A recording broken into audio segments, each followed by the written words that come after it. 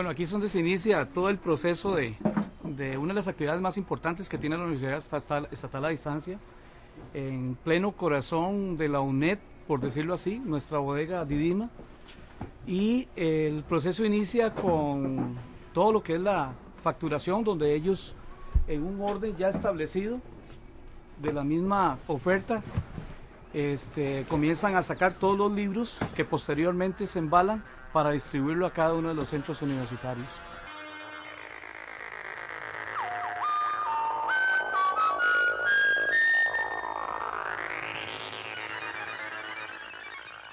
Ubiquémonos en la década de los 70 y más concretamente en 1977.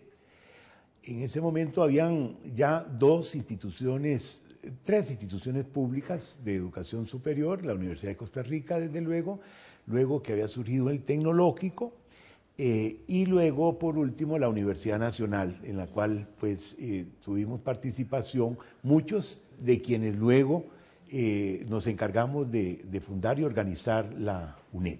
La primera vez que escuché ya formalmente una idea de crear una institución, un sistema en Costa Rica de educación a distancia, fue el 11 de diciembre de 1975, en que don Fernando Bolio regresó de España y reunió a un grupo de personas que estaban trabajando con él en diferentes proyectos. Había un grupo que estábamos trabajando con él la idea de crear un Instituto Costarricense de Investigaciones Científicas, y en esa reunión señaló que traía dos ideas de España: crear la universidad a distancia con el apoyo de la UNED española y crear el Canal 13 de televisión educativa con apoyo de el gobierno español. Desde un primer momento, la idea fue también poder extender la educación universitaria al mayor número de los rincones del país, a través precisamente de la metodología a distancia. Pero también, en lo que se refiere al estudiantado urbano, que pretendía seguir estudios universitarios, gente de la clase trabajadora, el poderles ofrecer una metodología que rompiera el esquema de espacio y tiempo.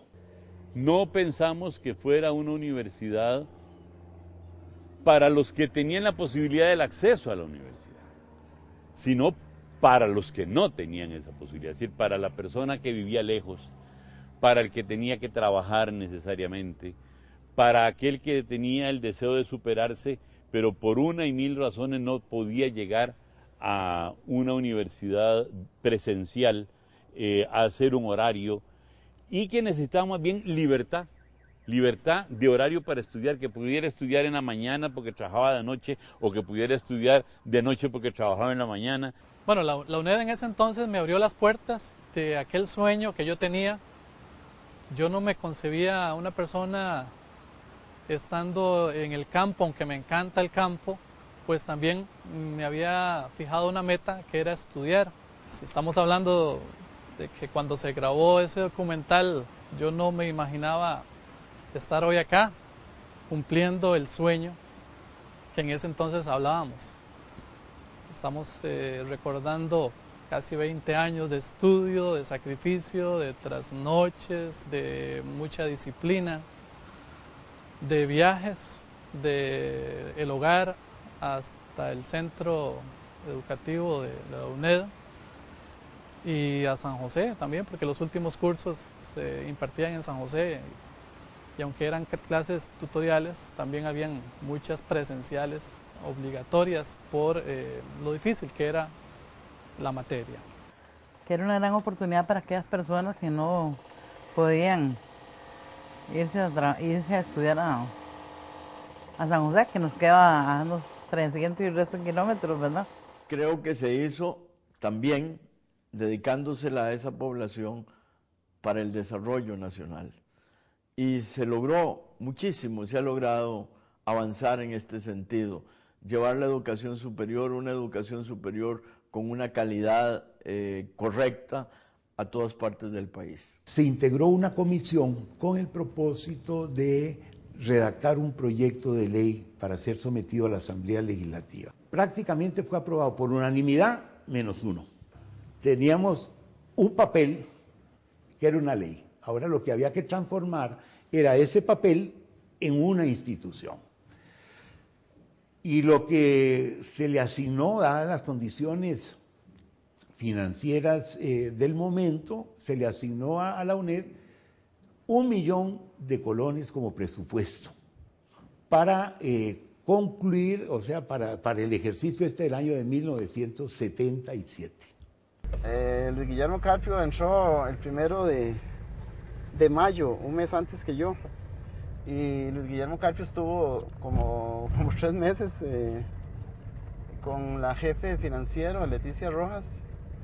Estuvo sentado así en una esquinita del escritorio de ella, porque él no tenía ni espacio ni escritorio. Hice la solicitud, recuerdo muy bien, vine, la llevé, estábamos allá en lo que se llamaba antes La Casona, en Barrio Amón, en Barrio González Lama, perdón.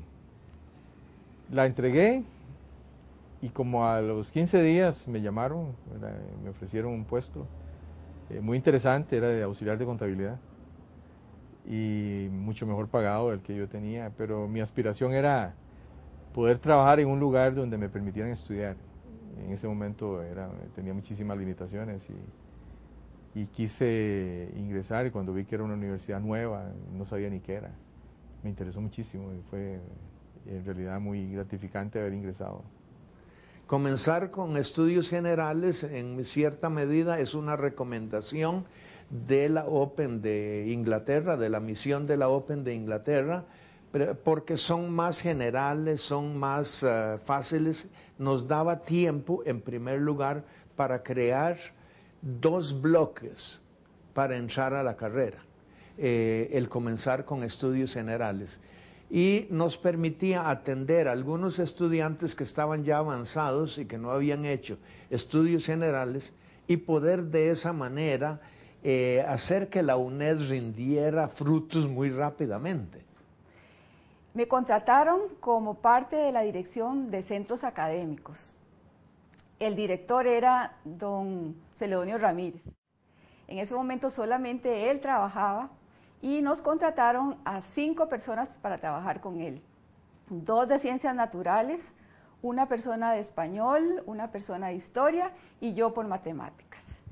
Con estas, nosotros 5, junto con don Celedonio, teníamos que crear todo lo que era la metodología para trabajar, para que comenzaran los cursos 5 meses después. Eso fue en febrero y los cursos comenzaban en el 2º semestre. Los que fuimos nombrados como coordinadores o jefes de oficina, en el caso mío jefe de la oficina de ciencias, teníamos que hacer de todo. Teníamos que hacer audiovisuales, porque alguien tenía que hacerlos. De manera que en forma improvisada, pero llenos de entusiasmo y bien documentados, participamos en esos primeros documentos. Nosotros éramos polifuncionales, no solo en el sentido que había que escribir unidades didácticas, hacer audiovisuales, abrir centros académicos, reclutar los tutores, y uno dice, qué experiencia tan bonita cuando uno se siente parte de algo en el comienzo y luego ver el gran desarrollo que ha obtenido. De hecho, nuestros fundadores consideraron que aquí había gente muy capaz que podía hacer muy buenos textos, y de ahí que ellos contrataron a gente muy distinguida, especialmente en la Universidad de Costa Rica, para que escribiera los primeros textos, y todo lo demás era una labor de apoyo. La nuestra era ver cómo los estudiantes leían, aprendían el mensaje educativo en cada uno de los textos y luego se les hacía un examen para demostrar que eso era así. Un buen recuerdo de la universidad, porque siempre me apoyó en realidad y siempre me sentí bien en ella, porque ahí me quedé por eso. Yo la UNED la amo tanto que si algo así insólito que pasara, que se quedaran sin presupuesto, que no pudieran trabajar, que no tuvieran gente, yo iría a trabajar a la UNED. O sea, yo iría. No iría para quitarle el bocado a nadie, sino que fuera una cosa mayor, fuerza mayor yo iría a trabajar a la UNED así. Entonces, esa presencia de la UNED, ya que empezó a verse en muchos sitios del país, eso fue muy importante.